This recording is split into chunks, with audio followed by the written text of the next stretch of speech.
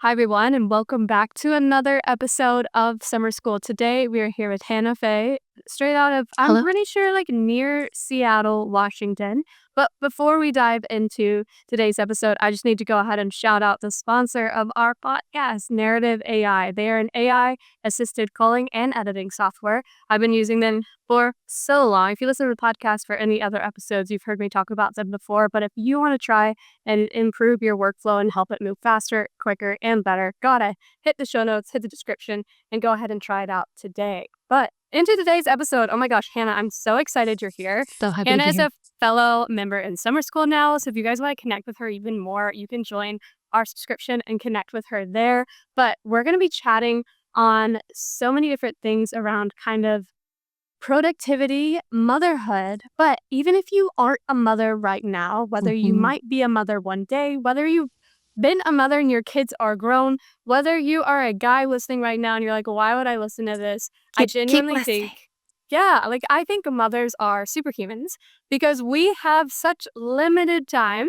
So mom entrepreneurs truly have hacks when it comes down to productivity, especially those running a successful business, which is what we're going to be covering. So no matter where you're at, this is going to be a valuable conversation. I would love for you to stay tuned.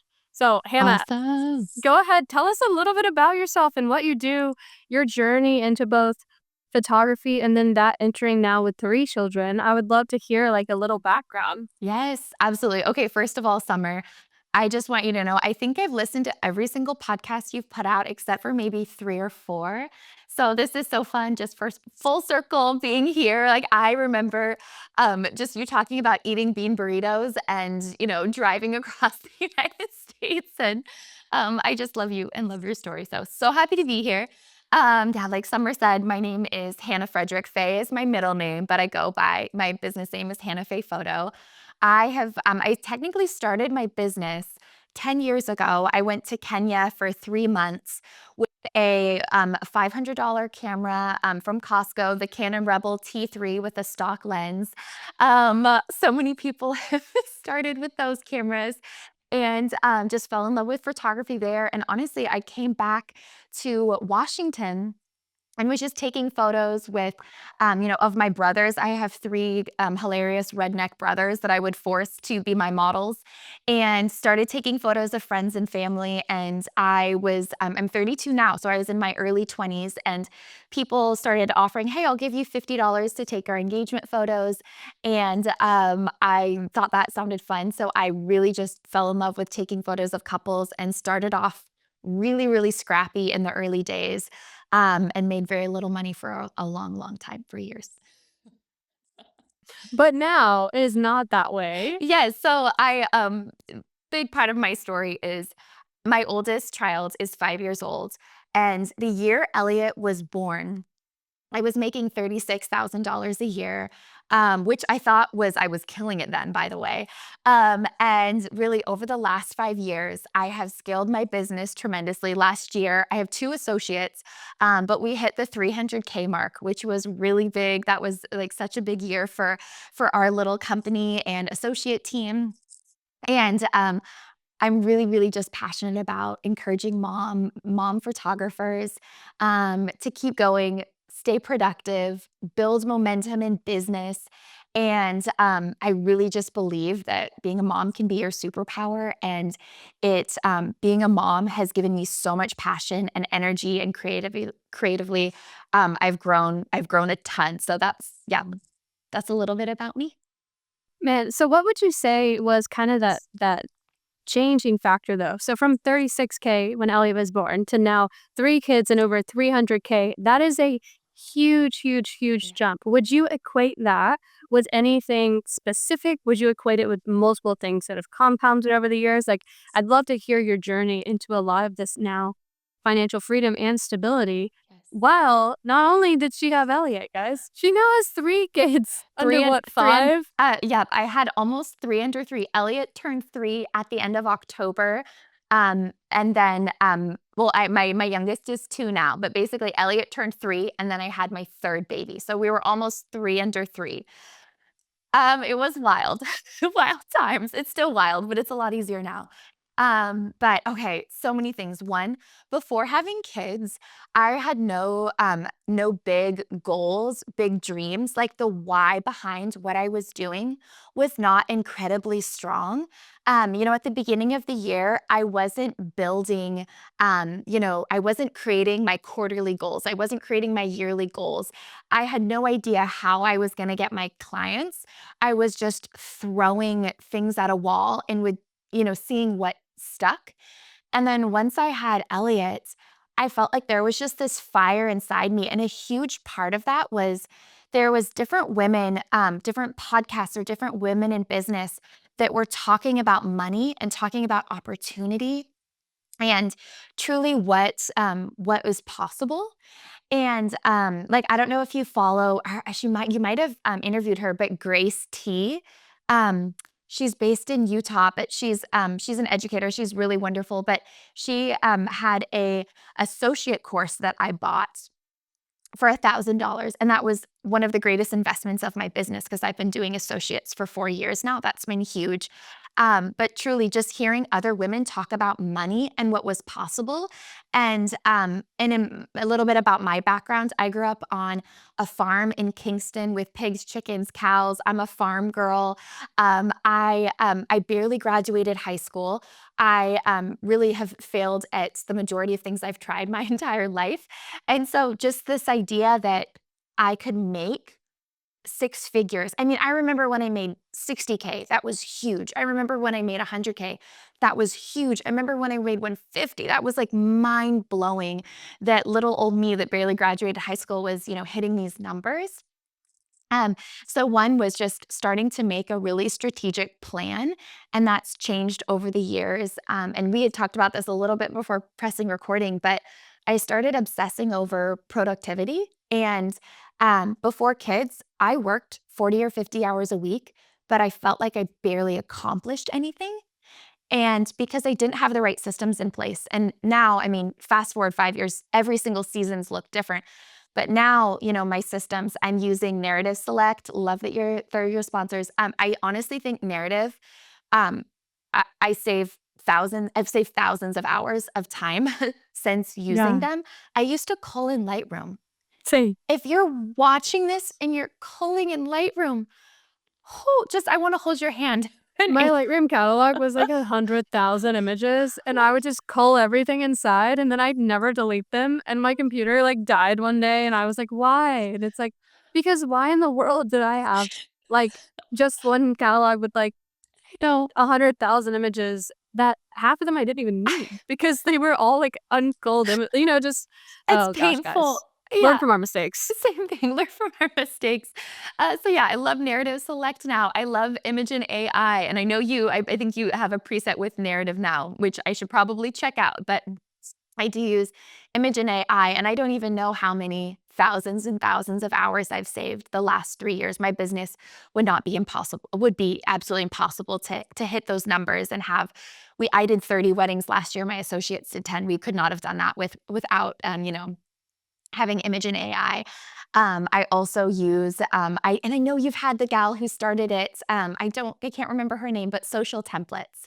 Oh yeah, yeah, Angela. Angela, I love Angela. I love Social Templates. That's helped my business a ton. I have this other app called My Feed where at the beginning of the week I just plan my posts. And anyway, just a million. Sorry, this is a long answer to your question, but there's a million little systems that I created because I only have 5 to 10 hours of childcare a week to accomplish what I need to accomplish. And then I work every single nap time. So every time my kids do quiet time and naps, I have 2 hours to do basically 8 hours of work. It's freaking crazy, you guys. I have a one-year-old who like barely naps. Also crazy. Pray for us. And I can't even imagine. I mean, I actually when you said your numbers and you said 3 kids and only 5 to 10 hours, my first thought was, "Oh my gosh, are you okay?" But my second thought was, "Holy smokes, this is really incredible." Like, Thank you. I think there's probably a lot of moms in your position that almost probably wanna give up because they are wondering, "How am I supposed to do it all?" Because I feel that way, and my husband is home most of the time with Georgia. And so, I feel that way sometimes that I'm not solely in charge. Obviously, businesses are different and there's a lot of like things I can't do with the kids right now. When it was just wedding photography, there's a lot of things I could have tried to do with them around. Also, it's hard. Don't get me wrong. So hard. Um, but so many meetings these days, and those I can't normally take with Georgia. Yes. So it's an interesting balance, but Yeah. it is really incredible that with that limited amount of support, you have been able to sustainably keep this up and in a way that when I talk to you, I wouldn't bring a guest on that I believe would give bad advice to you guys. That when I talked to you, I was like, shoot, she also sounds okay. That's incredible. Like, let's be real. Like, she sounds stable. Because I think there's a lot of people that are like, hey, I did this, but they are just totally unwell. Yeah. Like, they're Yes. burning out, they make a lot of money, but they're not happy. There's nothing about their Totally. personal life they're actually enjoying. And when Yes. we were chatting pre-podcast, that was one of the parts that I was like, "Yeah, sure, let's freaking have you on because this is really impressive. It's not that common." And now Yep. if you are exhausted with kids and you're also trying to run a business, I'm not saying you're doing anything wrong, but I Totally. am saying the balance that it seems to be that you've created is very impressive with the Too. productivity. What would you say is your, like, day-to-day when you say you work during naps, you mostly only kind of have help for 5 to 10 hours. What would you say are the things that when you say you prioritize probably like extreme productivity, what would you say are your priorities in your day-to-day weeks? It seems like those are probably pretty structured. Like Yeah. if you were to prioritize something during a nap time, I think that could be valuable for someone to hear because maybe it's not editing. Maybe that's something that's Yeah. happening at night when everyone's away. Maybe it's marketing. Like, what would you say are the things that you find most productive in this limited amount of time that you're technically able to Yeah. work compared to the average person?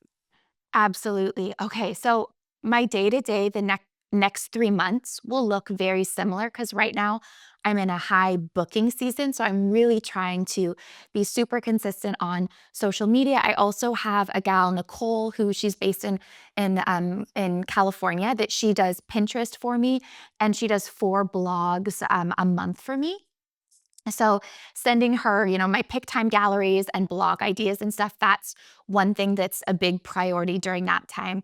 Another thing is I'm trying to do 3 posts on Instagram a week and 3 static posts and 1 reel a week.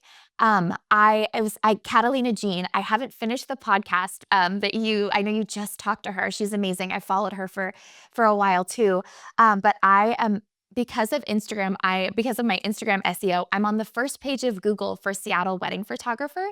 And if you're listening to this, if you're anything like me, I used to think that only the big top people, hundreds of thousands of followers were getting those big weddings on Instagram or getting that or only, those viral posts were going to get you traction. And just to encourage you, if you're watching this, if you have, just a few thousand followers or whatever your follower count is, in my opinion, it really doesn't matter. Yes, you need, social proof and, some of those things. You need to be active. But for me, posting on Instagram has been majorly successful with getting on the first page of Google for Seattle wedding photographer. I think I'm number 6 on that. And then right now, and I have less than 10,000 followers, but the last week I've got 4 inquiries a day from Instagram. And I have my prices super clear on my website. So I start at 7,500. My associate starts at 4,800. And so we're doing between, for me, 7,500 to 12K weddings. That's kind of where I'm at right now. So I'm getting from Instagram inquiries that are in my price range, in my area, and super helpful. So that's something I'm prioritizing on that time. And then, of course, emails. So much of my time is emails, communicating with planners and clients and contracts and invoicing. So that's another huge one. You got to be a good communicator. And sometimes that's something I struggle in. Hmm. I will say one thing that you pointed out that I don't even think we technically decided that we would ever end up talking Mm, about, but one thing that you've said that I think should be said is you're not doing everything alone. You're outsourcing at least some. You're either using softwares or you have your person doing blogging and Pinterest. Is that new or have you been doing that for a hot second? Because I will say most people I interview that do have really successful businesses, they're not doing it by themselves. But yeah. the average person most likely listening or starting in photography, I think believes they have to do everything themselves oftentimes. And I think it's such a limiting belief. So I'd love to know your journey with outsourcing. Oh, that's such a good question. I will say I used to be very just close-fisted with money in my business. And here's a funny example. For I think this is embarrassing to say, but I think for 3 years, every year I tried to build my own website, and I spent an insane amount of time and just brain power trying to build my own website. I used Squarespace at one time, I used Showit at one time, and just nothing was feeling like it aligned with me. I finally just broke down, was like, I'm just gonna spend 4 grand and have an expert build me the site. I'm gonna give them my inspo. I'm gonna give them, they're gonna rebrand for me. They're gonna build a logo, all of that. And I wanted to, when I say that, I want to punch myself in the face because why didn't I do that 4 years ago or 5 years ago? But I think it was 2 years ago. That's when I spent, a few $1,000s. And oh boy, has it paid back in wild ways. Like now I have people saying like, I saw your website within 20 seconds. I knew I wanted to book you. Um, but in with, with culling and with image and I felt for a long time like I needed well, with editing, I felt like for a long time I needed to be 100% in control. Um, but it was that moment with kids realizing like I either need to get a nanny 40 hours a week. That was one option, or accept that I just was going to be a hobby photographer that was like in the $3,000 price range that did like 5 to 8 weddings a year. So either accept that or just like let go of that, like let go of the full editing process. And with image and I built a preset with I think 20,000 of my images because I've had really consistent edits for a long time. So I send it to Imogen and it comes back to me in 2 hours. So I'm still doing my creative crops. I'm still doing my black and whites. I'm still looking at every image, but instead of 20 clicks, on every single image, it's more like 5 clicks. And so it's just those little things. But for me, it really was just that like, hey, I just need to accept I'm gonna spend, I'm just gonna only make $30,000 a year, or I'm gonna have to like just be bold and try new things and pay people. Paying notes. I've had Nicole with me, who's doing my SEO and Pinterest, I think for 6 months. And to be perfectly honest, I maybe won't share what I'm paying her, but I've never paid anyone that high of a number and given them so much control over a huge chunk of my marketing. But that's been like so good for me.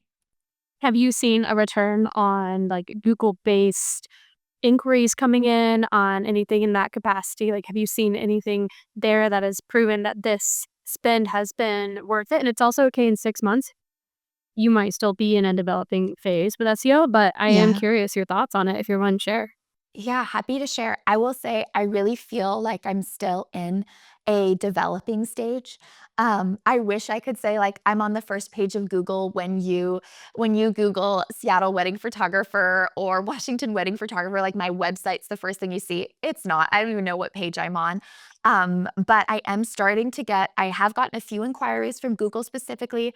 Pinterest, I feel like I've almost got a little more traction from Pinterest for specifically elopements.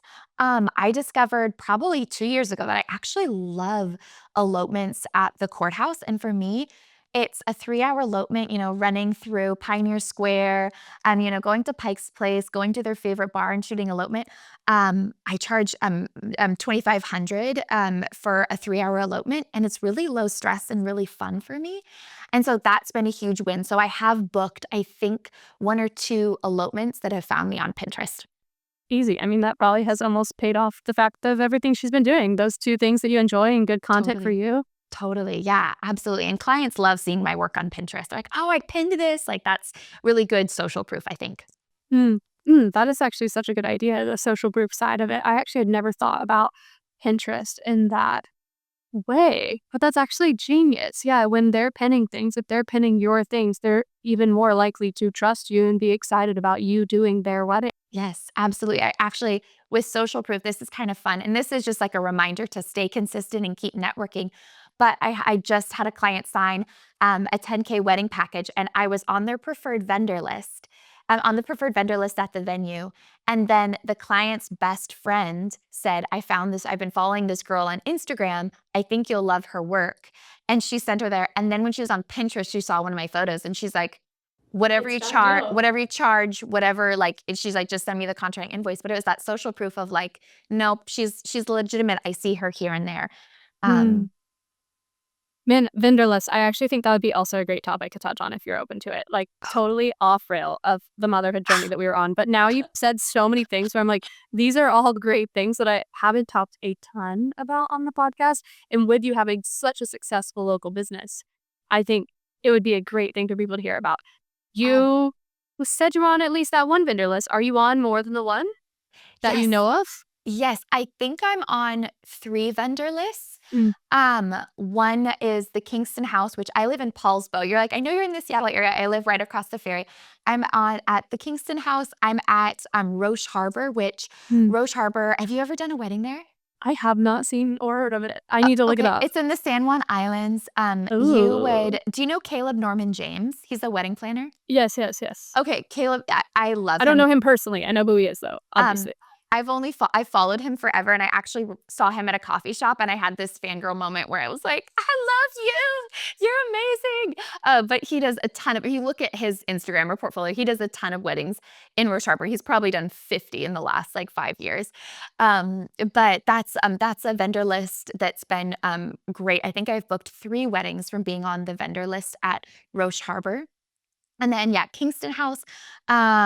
There's, oh gosh, there's like 2 venues in Snohomish that I'm on. I'm trying to think where else. What would you say Yeah.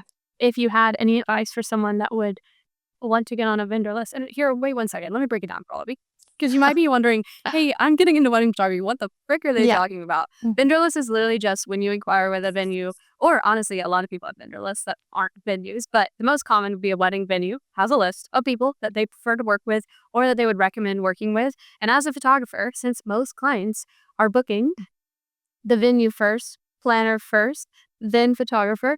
It's really awesome and great for you to be on vendor lists if you are at least willing and wanting to work locally. If you're a destination photographer, you could get on vendor lists, like venues recommended vendor lists that are willing to pay you what you would like. Dude, why not? To be able to stay local and Yes. make like 10 Yes. grand in your backyard, like, I'm sorry. Yes. Ego aside, that is a great option right there. So vendor list, Yes. I think it's like the key. I mean, it could take you 5 years to land on 3 to 5, but if you can get on Yeah. 3 to 5 and those booked you 3 to 5 weddings, you're literally Yeah. set for the rest of your life without having to market on Yes. Google or Instagram, which is outrageous. And I think no one ever dumps it down that small, but It's really you know what I mean? totally, it's that simple, and there's so many venues that are there's venues that I've shot at, I won't say them on here, but, that I've shot at 4 or 5 times that I've pitched being on their preferred vendor list, and they still say no because 'cause they've got a ton of insanely talented people, so it's not always, a shoe-in, but I will say also the Kiana Lodge is, I don't know if you've ever been there, but it's 10 minutes away from our house. Me and my associate team shot 7 weddings at Kiana Lodge, last summer. I think I shot 3 and my associate shot 4. So we're driving 10 minutes and Amazing. we're The dream. the dream. It's amazing. It's You're so keeping so much more of your income. When you say you're bringing in 300,000, you're actually keeping so much more of that than the average photography team saying totally. they're hitting X amount of number. When you're flying to who knows where, it's spending who knows how much on all the travel. It's like 10 minutes away for killer packages. I mean, I'm Yes. sorry. That's To the dream, you guys. Totally.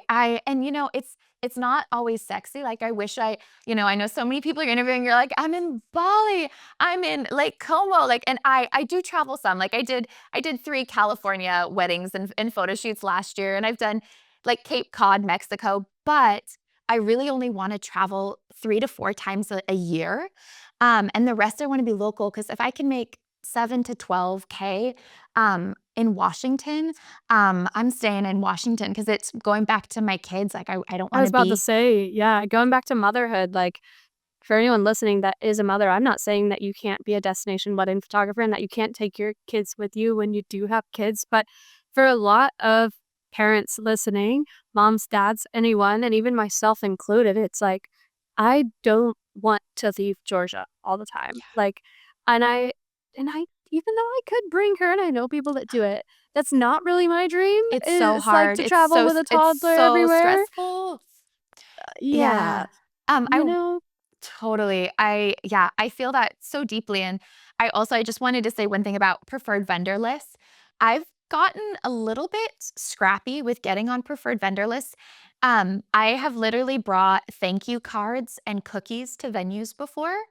Do never underestimate This is what the I wanted to hear on the never podcast. underestimate the power of a warm chocolate chip cookie. I have a recipe that I brown butter. So there's like caramel notes in the chocolate chip cookies, and then I have fancy flaky sea salt.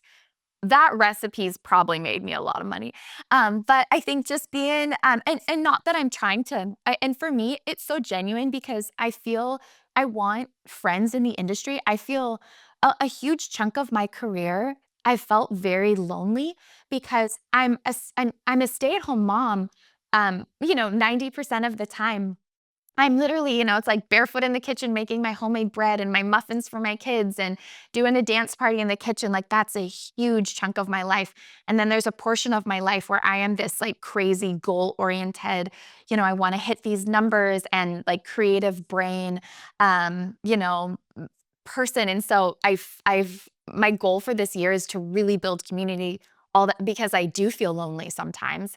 And if don't always have, somebody to talk to that fully understands what it's like to go to sleep wanting like, I hope that client signs that contract because that would mean like I get to take my kids on this vacation or, that like stress or of everything. But um all that to say, oh gosh, sorry, I totally lost my train of thought. But I wanted to also say with like getting on vendor lists, relating this to Instagram, I have booked big wedding packages simply by doing a few reels targeting venues and having the venues repost them or having your clients see that and see you in the tagged photos with that venue.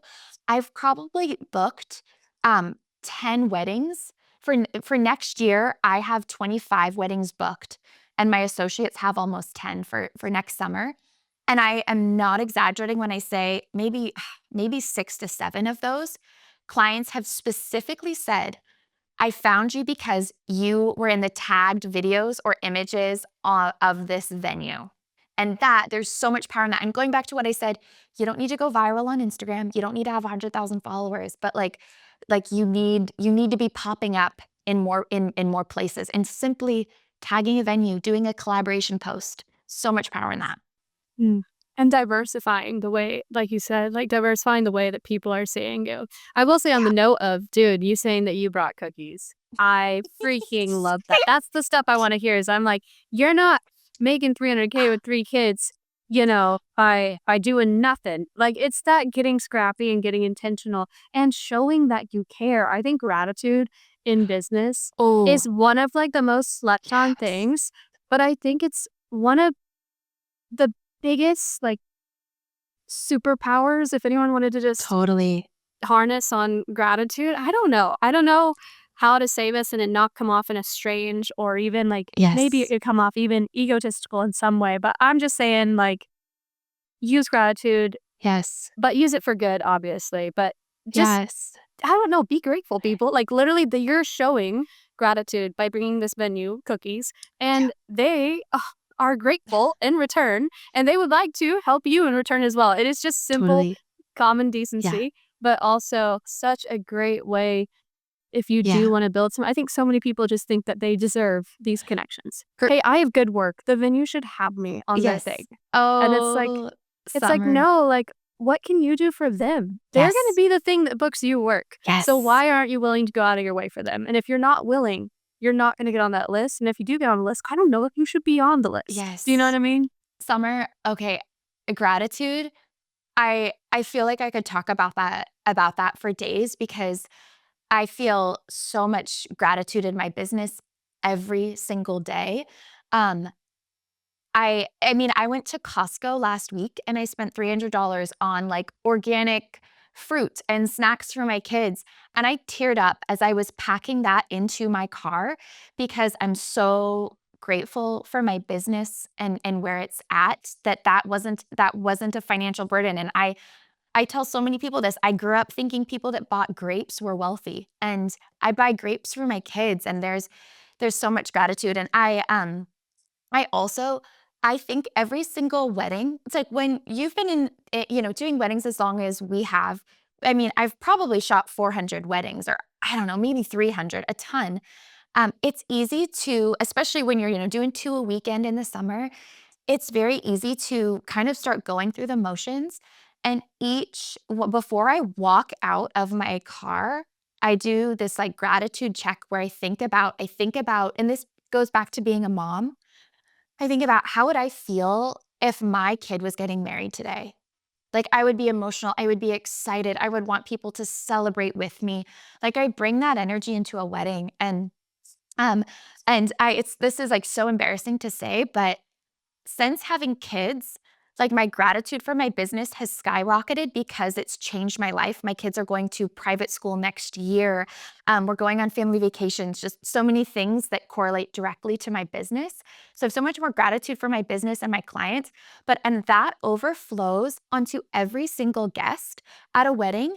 I look at every single, especially family members, like they are my client too. Like during cocktail hour, I used to be kind of annoyed when the families would come up to me and ask for photos. I am ashamed to say that out loud because that's incredibly embarrassing that 6 years ago that was my mindset, but it was. Now, my goal is to take a photo, a beautiful portrait of every single guest at a wedding. And I say that doesn't always happen. Of course, there's people that go through, but I want my work to be so people oriented. And it's so interesting. It's that care and that love. People feel that so deeply. Another way to get I've probably booked, I would say, 3 of my weddings for next year were either bridesmaids or just guests that have said like, "Hey, we didn't say a word." Like one person that booked me, she said, "I didn't say a word to you at the wedding, but I watched the way you communicated with everyone." And she's like, "I watched the way you hustled. I watched the way you dropped your food when you saw a moment happening." And she said something like, "You were a ninja on the during the ceremony. You were so quiet, but you were constantly moving around trying to get the shot." And it's like people are watching. And that's another way, people, photographers, come into a wedding humble and ready to serve, not just ready to serve everyone, but ready to serve the planner, ready to serve the mom and dad. Like some of my favorite photos from last year, from last summer, were the mom and dad kissing during the reception. I know those clients are going to cherish those photos forever. Mm. So No, gratitude. so I told you I could talk about it a lot. no, I think it's beautiful, and I think it can tell that your excitement for your business, for people, for photography, all of that is overflowing in a way that's making marketing definitely more seamless and making in marketing, you always want kind of like a circle. Like you're gonna get a gig, you're gonna shoot the gig. That gig will hopefully funnel to more people being aware of Yes. you, and then that will hopefully funnel into more gigs. Yes. And if that circle is not happening, there's something broken within that. And so your Totally. circle is circling really freaking fast, and Yeah. it's really awesome to hear that. That was a really weird analogy, but I'm No, I hoping love that it. connected with No, everyone that listening. It's like, people come in, yeah, people experience it. Hopefully that experience is so good. More people will come in, more people will totally. experience it, and that'll keep circling forever. And for some people, that circle isn't continuing. And It breaks. And often totally, that break is during the experience. to- It's not during your marketing. Because why totally, can't we get return clients? totally. You If know? dare I say, if if that circle is breaking, I would challenge, if anyone's listening, and there's been times where in my business that circle has not been so smooth. I just to be, fully honest, there's been times where I've had to analyze and tell myself your client experience is lacking with slow communication, or times where I hate to say this, but the level, the quality of my work was not where it needed to be. And so I had to go back to the drawing board, practice flash, practice low lighting, find other ways to get inspired and bring that inspiration and those ideas to a wedding day to just level up. I do coaching sometimes, and the hardest conversations I've ever had is telling someone the quality of your work is not where your pricing is, and clients can feel that. And that, like, that conversation, like, is like I'd rather punch myself than have that, but sometimes that's the case. Now, oftentimes, sometimes it's the opposite case as well, though, where their work is freaking Oh, incredible, totally. but that circle is kind of broken either in the experience section or they Mhm. just can't get the people to come into the circle. They can't, market well enough to actually get these people to even experience the product. And that Totally. is also super common. I think in today's digital age of all the cameras being pretty good and Yes. everyone can take pretty decent images, unless you're trying to charge over 8K, I think even someone with maybe a year of experience could be booked out.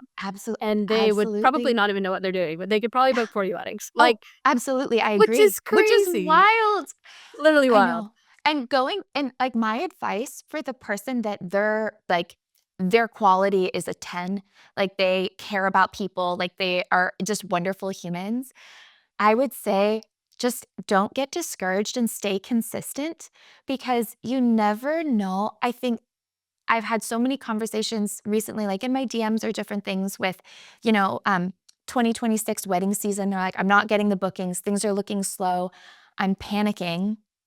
I just tell them, like, take a deep breath. People are still booking for 2026. I still am getting a lot of inquiries for 2026. Um, but stay consistent, be ruthlessly consistent because so often it's like, well, photographers, and I used to do this before having kids. This was nothing. I'd get discouraged, wouldn't post for weeks, would get inspired, post every day for 2 weeks, get discouraged or get my feelings hurt and would disappear for a little while. So then I wasn't top of mind. Maybe people started following me and thought, oh, she's not in business again. Once I became a mom, I have, like, the why behind my business, I have way too much to lose to stop. Like, for me, I used to be so sensitive. I'm still a little sensitive. I still care about what people think, but I'm like, if my husband thinks I'm cute and I'm crushing it, if my kids are having fun and they're having a great life, like, it's okay if, a few posts, don't get engagement or whatever. I don't have time to have my feelings hurt, but it's just that ruthless consistency will just that's the key. I was talking with someone the other day as well about Instagram and about how we need to stop attaching such emotional weight to it because at the end of the Yes. day, if we Yes. treated it like we treated our emails, Mhm. I've probably said this on the podcast before because I used to teach on social media a good bit. And one of the number one things I would end up telling people is like, I'd pull them in the room and I'd be like, hey, are you scared of answering your emails in the morning? And one time I did have someone say yes, and I was like, "Okay, we need to fix that." But most people, like 99%, are like, "No, Summer, I'm not." And I'm like, "Okay, why then are you scared to post on Instagram?" I understand we're in a world where people do attach emotional weight to it. We have these followers, these things, but if you can remove that stigma and start treating it like a tool for marketing and A as if free it's a tool. A business, free tool. literally, like, if it doesn't get any likes, who the frick cares? I have almost 100,000 followers, and I think a post I collabed with the other day got, like, 60 likes, but it got 5 hours views from an event that I'm hosting. I love It that. doesn't matter how many likes it got. I love that. If it served its purpose, it Totally. doesn't matter, and I don't care. You know what I Yes. mean? Oh, I love that perspective. And I also, I constantly remind myself 3% of your followers will see your post. 3%. And so honestly, my goal should be posting twice a day, 5 days a week. Because, and if you're in that scrappy, like, yeah, that scrappy place where you're like, I need those bookings, like, post twice a day, like, re-edit some old work, do a styled shoot, whatever it looks like. Like, you have to build that momentum in business, like momentum on your little corner of the internet.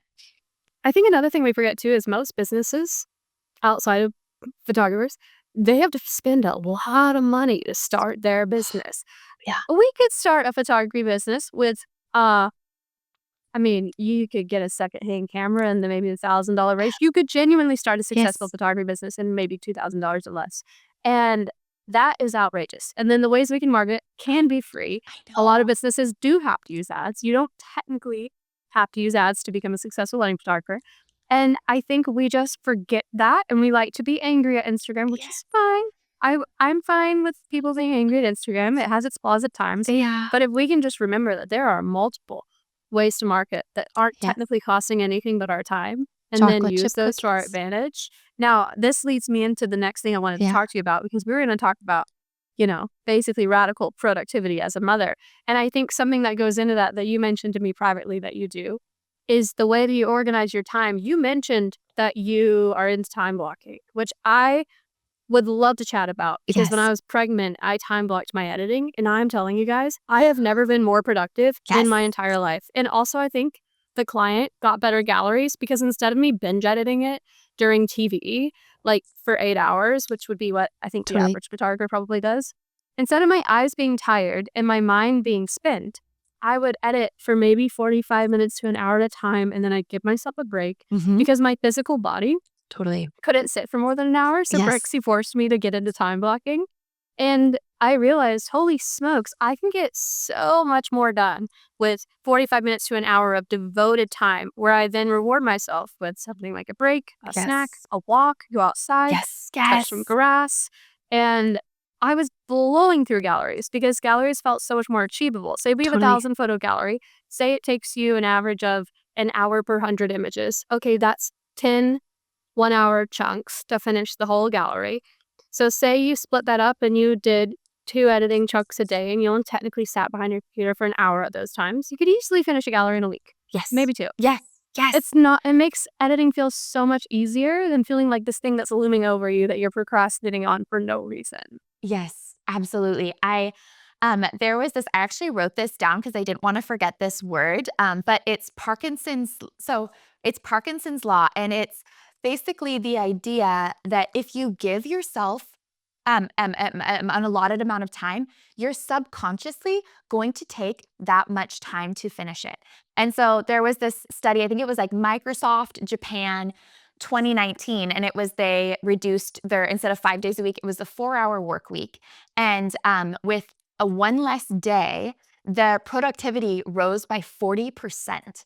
So because, and they said like they shortened meetings, and they, changed timelines, and it worked out in everyone's favor. They were working less, productivity was 40% higher.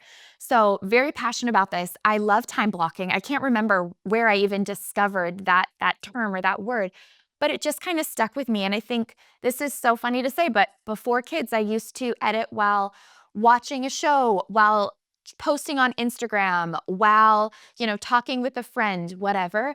I do not do that anymore. So what it looks like during nap time, my kids do either, it's like my oldest, who's 5 now, so he doesn't really nap, he does a quiet time. And so he'll do quiet time in his room for 1 hour. So that's my first time block. And I just finished my last, I did a wedding December 20th.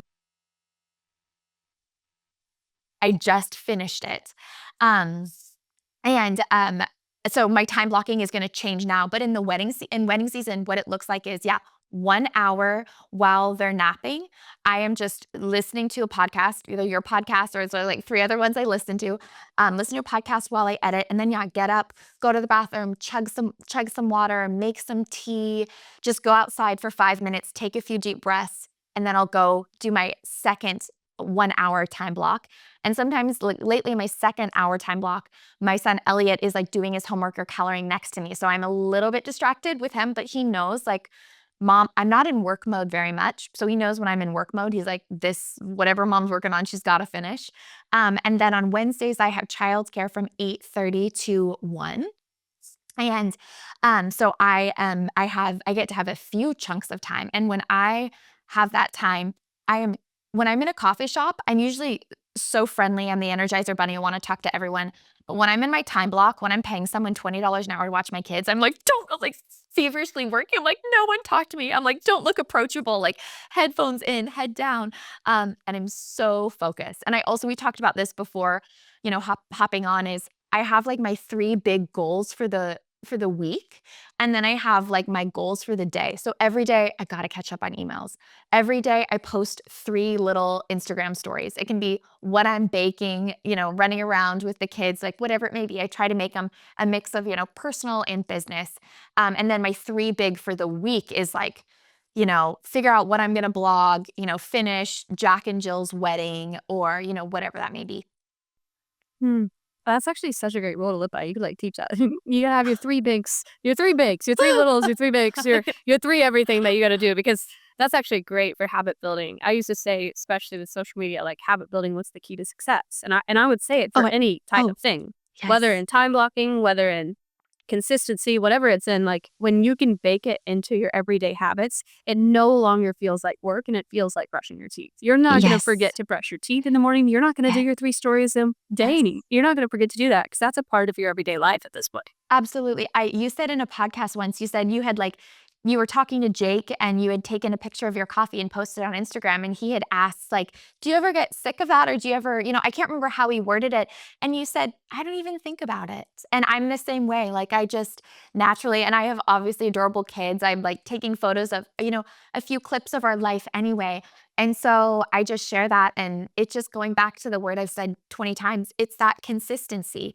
And you don't know, I mean, sometimes you can look and see who's watching, but it's like, you don't know what client's best friend is watching your Instagram stories. And when she gets engaged later that day, she's like, man, I just saw this like girl talking about her editing and she shared this recent blog she just posted. Like, who was that again? Oh, I'm going to go check out her website. Like, it's just that consistency and being top of mind. Hmm.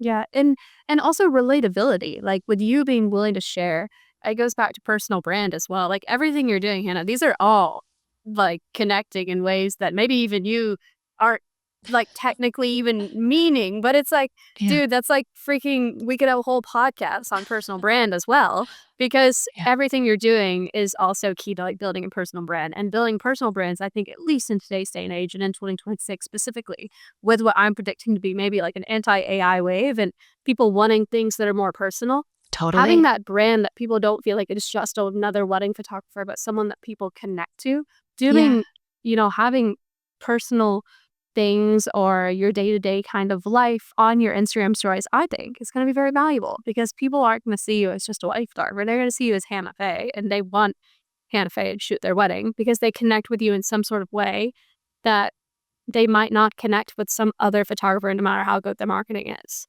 Thank you. Man, that's really encouraging, and I will also say after having kids, I think I started showing up on Instagram, and I don't show my kids' faces, like, very much, like, it's definitely, like, I'm not, trying to be, like, super focused on my kids, but they're a part of my life in such a big way, so they are such a big part of my brand, and it's so interesting before just to encourage anyone out there that's, like, thinking of having kids or is new to mom life. My clients are so understanding and so supportive of like I remember I'm not breastfeeding anymore. My oldest is 2, but I the majority since I had kids back to back, I pretty much went from breastfeeding, pregnant, breastfeeding, pregnant, breastfeeding, pregnant. And so I had clients that I did their engagement session pregnant and they booked me, a year and a half in advance, and then I had that baby, and then by the time their wedding day rolled around, I was pregnant again. They were like, "What is going on?" Um, but all that to say, like, I've had so like, when I was pregnant at weddings, I have n like, my clients cared for me so much. Everyone all the other vendors were, like, making sure I had snacks and, was, like, sitting down every once in a while, and when I was postpartum, when I left I don't know if this is something, like, you wanna talk about, but Elliot and Evangeline, they were surprised. I was on preventative measures when I got pregnant with them, and I had weddings booked soon after. Like when I found out I was pregnant with Evie, she was due May 14th, and I had 17 weddings booked that summer. And so thankfully, I just had to find an associate for one wedding, but I obviously had to return back to work when she was pretty young. And so I remember like talking to clients, sending out that email like, "Hey, I'm still breastfeeding. I'm gonna pump right before I start shooting. I'm gonna pump right after family photos. I'm gonna have my second start shooting details while I pump, and then I'm gonna pump, during cocktail hour. I'm gonna pump after cake, and then, I'll probably pump in the car on the way home." And all my clients were so supportive and so encouraging, and no one ever batted an eyelash. I will say having that that personal brand that is willing to share about the fact that you have kids, though, probably also help because I have heard the opposite. Like, I've heard No. from wedding planners where they got pregnant and, like, clients were furious. Like, "Why would you Oh. do this? This is our wedding. Like, you're not gonna be 100% you because you're gonna be pregnant." And don't get me wrong, like, Mm, I kind of see both sides in some ways. Like, you are technically, physically not at your max when you totally, are extremely pregnant. Let's be real. And totally. I, extremely pregnant, wasn't gonna put it on the client. Like, if I didn't feel 100% at my max, I was gonna bring a 3rd shooter. Like, you were gonna have Totally. your 2nd shooter step in when you're pumping. You know what I mean? Absolutely. There's things where I see both sides, I do understand, but I didn't have that experience, luckily, but also, I think I was so scared of having that experience that I overcompensated. So everyone listening, like, please don't be like me. What I've did you never do? I've never worked harder in my entire life than in my 3rd trimester. Like, every wedding, your girl was never sitting down because I didn't want someone to think that I was sitting because I was pregnant. But if I Totally. wasn't pregnant, no one would ever bat an eye. So I'm I was just on my feet for like 12, 14-hour days, like never resting because I had the fear that a client would be upset with me because I'm pregnant. Like, it absolutely. was just a bad fear. Don't be like me, you Um, guys. I feel like I definitely carried, a lot of that too. I think especially, yeah, I think I carried I put a lot of pressure on myself too. But I don't know if you feel this way, like taking like long wedding days, like going back to like motherhood is my superpower. I've shot so many weddings super pregnant or postpartum.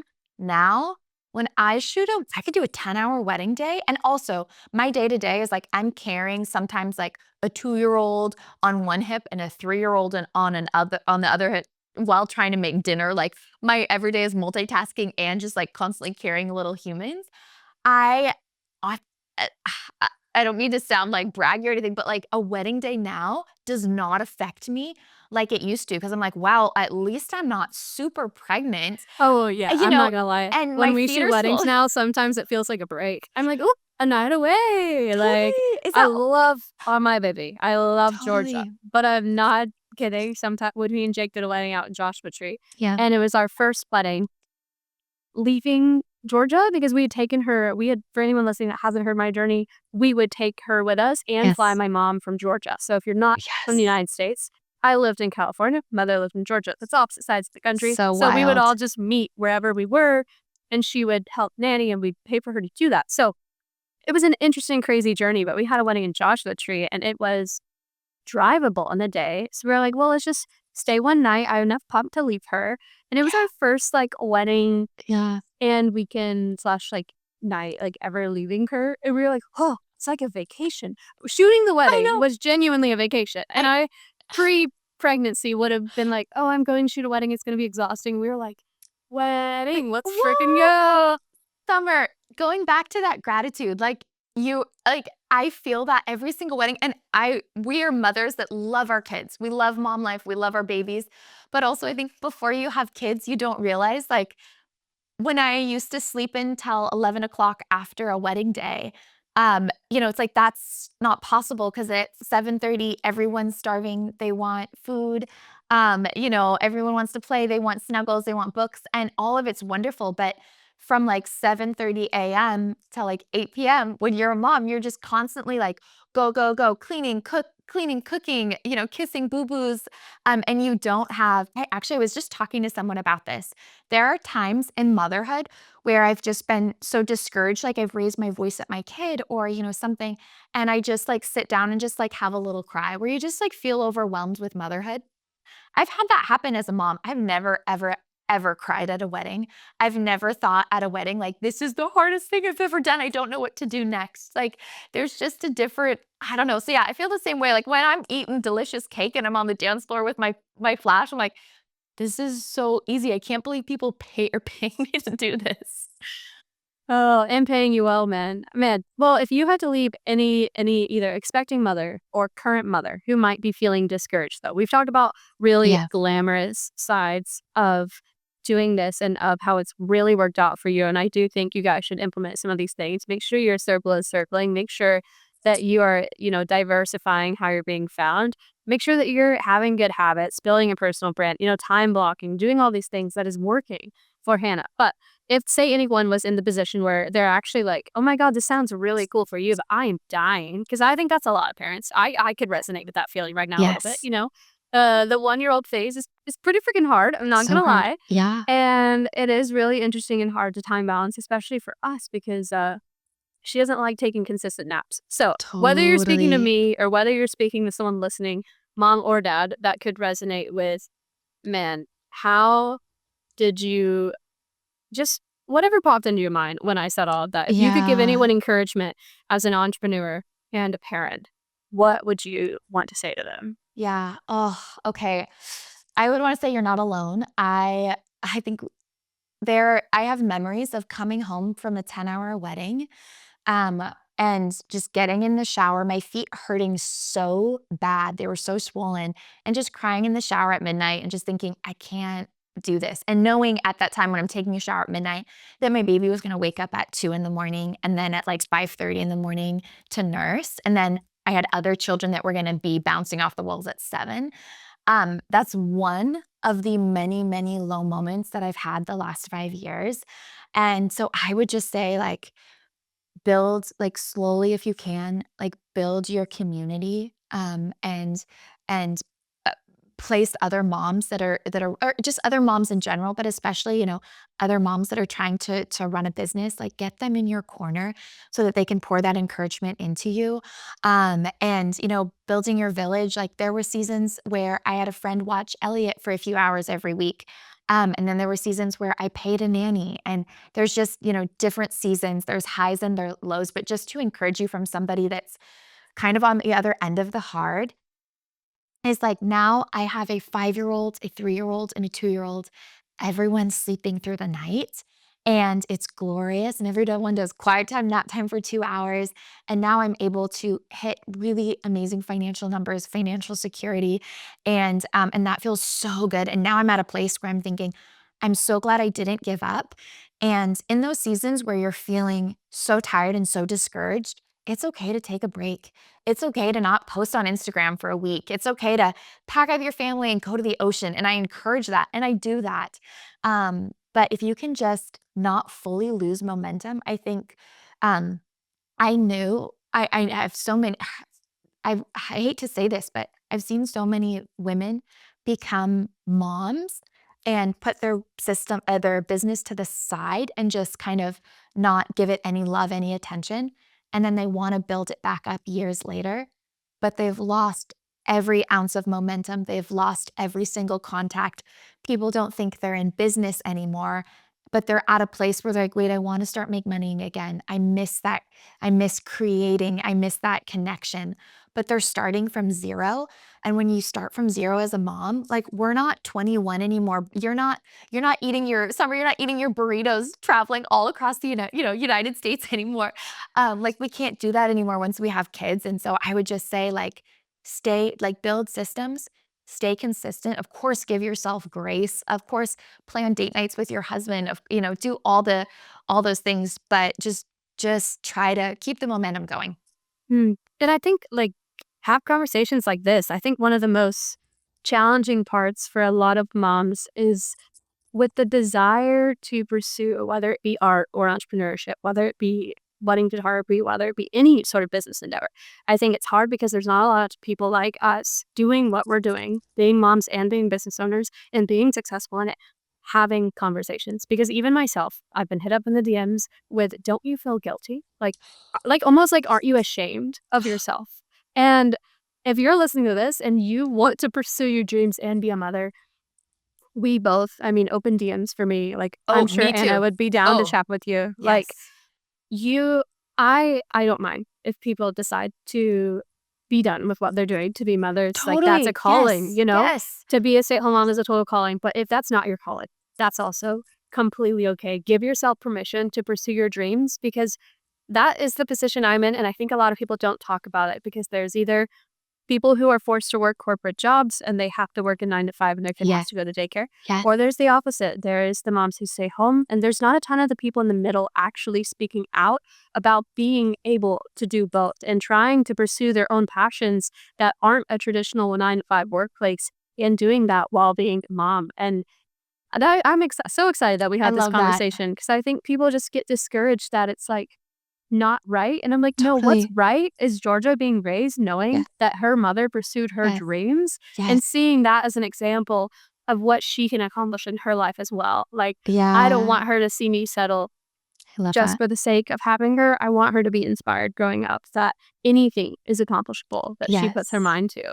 And that I think stems off of my parents gave up a lot for us kids. And Yeah. I absolutely love them for that. But I also see the other side now of like, man, I wish they had heard someone like me when they had kids and still pursued some of the things that they were passionate about. You know what I Yeah. mean? Yes. Oh, Summer, I love that. As you were talking, I was thinking, I feel like as a mom, there's like ups and downs where you're like, oh, I feel like I'm failing. I feel like I'm failing. Oh, what am I doing? And then like, oh, I'm crushing it. I'm crushing it. I'm the best mom in the world. I'm the best businesswoman in the world. And you're like kind of going through these ebbs and flows. I was having a conversation with one of my good friends, Malia, and I said, I think I'm a horrible mom. And I know I'm not a horrible mom. I was just having a low day. And I said, it was one of those weekends where I was going to be gone 12 hours Saturday, 12 hours Sunday. And my husband's name's Daniel. And she said, is Daniel a horrible dad for working Monday through Friday from 9 to 5? I would never say my husband is a horrible dad for working, Monday through Friday, 9 to 5. And I think women, there's times where like we put a lot of pressure on ourselves. And so yeah, I think that's why I was so excited to have this call is I want to be an encouragement. I also, before we close out, I just want to say, I know we said the word 300,000 a few times in this podcast. I want to clarify that was before tax, before paying my associate photographers, and before, paying my website, rebrand, some of those little details. So I just want everyone to know that was not full take home.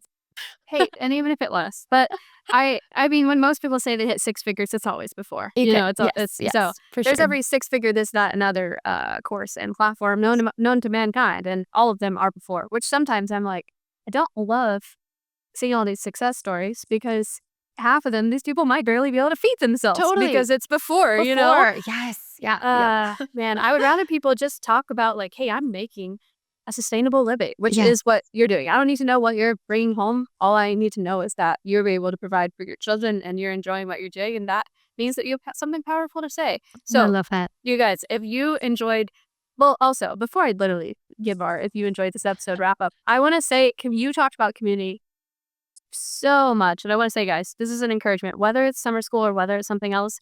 Even I am going to like meet up with like these moms in where I live later on in the month. And I've gone to more corporate get-togethers for business owners just to expand my mind. And so anyways, Yes. community is so important, which Yes. half of the things you were saying, I was like, summer school, I literally have done that. So if you're not in Yes. summer school, if you want community and you want to grow in ways that Hannah's talking about, we obviously have that. You might be listening to podcasts and be like, I'm listening to summer school. That is not the entirety of summer school. This is just a fun thing that I happen to do. But summer school goes so much deeper. And over New Year's, I decided to really amp it up. I spent my New Year's ringing in my New Year with summer school because Georgia was sick and Jake went to bed early. So I had nothing to do. So instead, I vision casted for 2026, and I love summer it. school is going to bridge that gap between not just a virtual community, but also 2026 is going to be a big shift in bridging the in-person as well. I love So if it. you're craving community, whether it be virtually or in real life, it is a super affordable way to get that. And our community is super engaged and so kind. So if you need a place to ask those hard questions, to ask even photography questions, to ask deep questions, no matter what you have, we have people in there that would be excited to chat with you about that. So if you want to join Yeah. us, the link is always below. Go ahead and hop in there. Hannah's in there. I'm in There's a there. lot of Come hang freaking out. rad people in there, and our local chapters are starting to roll out. So there is a PNW one. So if you're local, I think we have at least 7 rolling out this month. But if you want to join and start a local chapter, you can do that as well. Like as of now, we're just soft launching that. So I probably shouldn't even said it on the podcast. But Local chapters are happening, and I'm hoping by the end of 2026, summer school's freaking worldwide, guys. I love So it. Let's go. go ahead and hop in there and help us start this journey. But if you love this episode, I absolutely love, go ahead and find Hannah. All that information will be below. Yes. But we're also going to continue a little bit of this conversation over in recess inside of summer school as well. There's little exclusive versions of that over there. So you can join us in there. But if you love this and you know that there's a mom that needs to hear a lot of what we said, or a dad, or an expecting parent, or someone who isn't a parent, who would be a great objective to hear how people with limited time are working, go ahead and send this to that friend. Go ahead and forward it to Yes. whoever popped into your mind when I said that. And go ahead and like and rate the show, whatever platform you're listening to this on. So anyways, this was such a fun Okay. call, Hannah. Thank I'm you so so much. glad So that you happy to be came here. on. And I will catch all of you guys next week. Bye, Bye, friends. guys.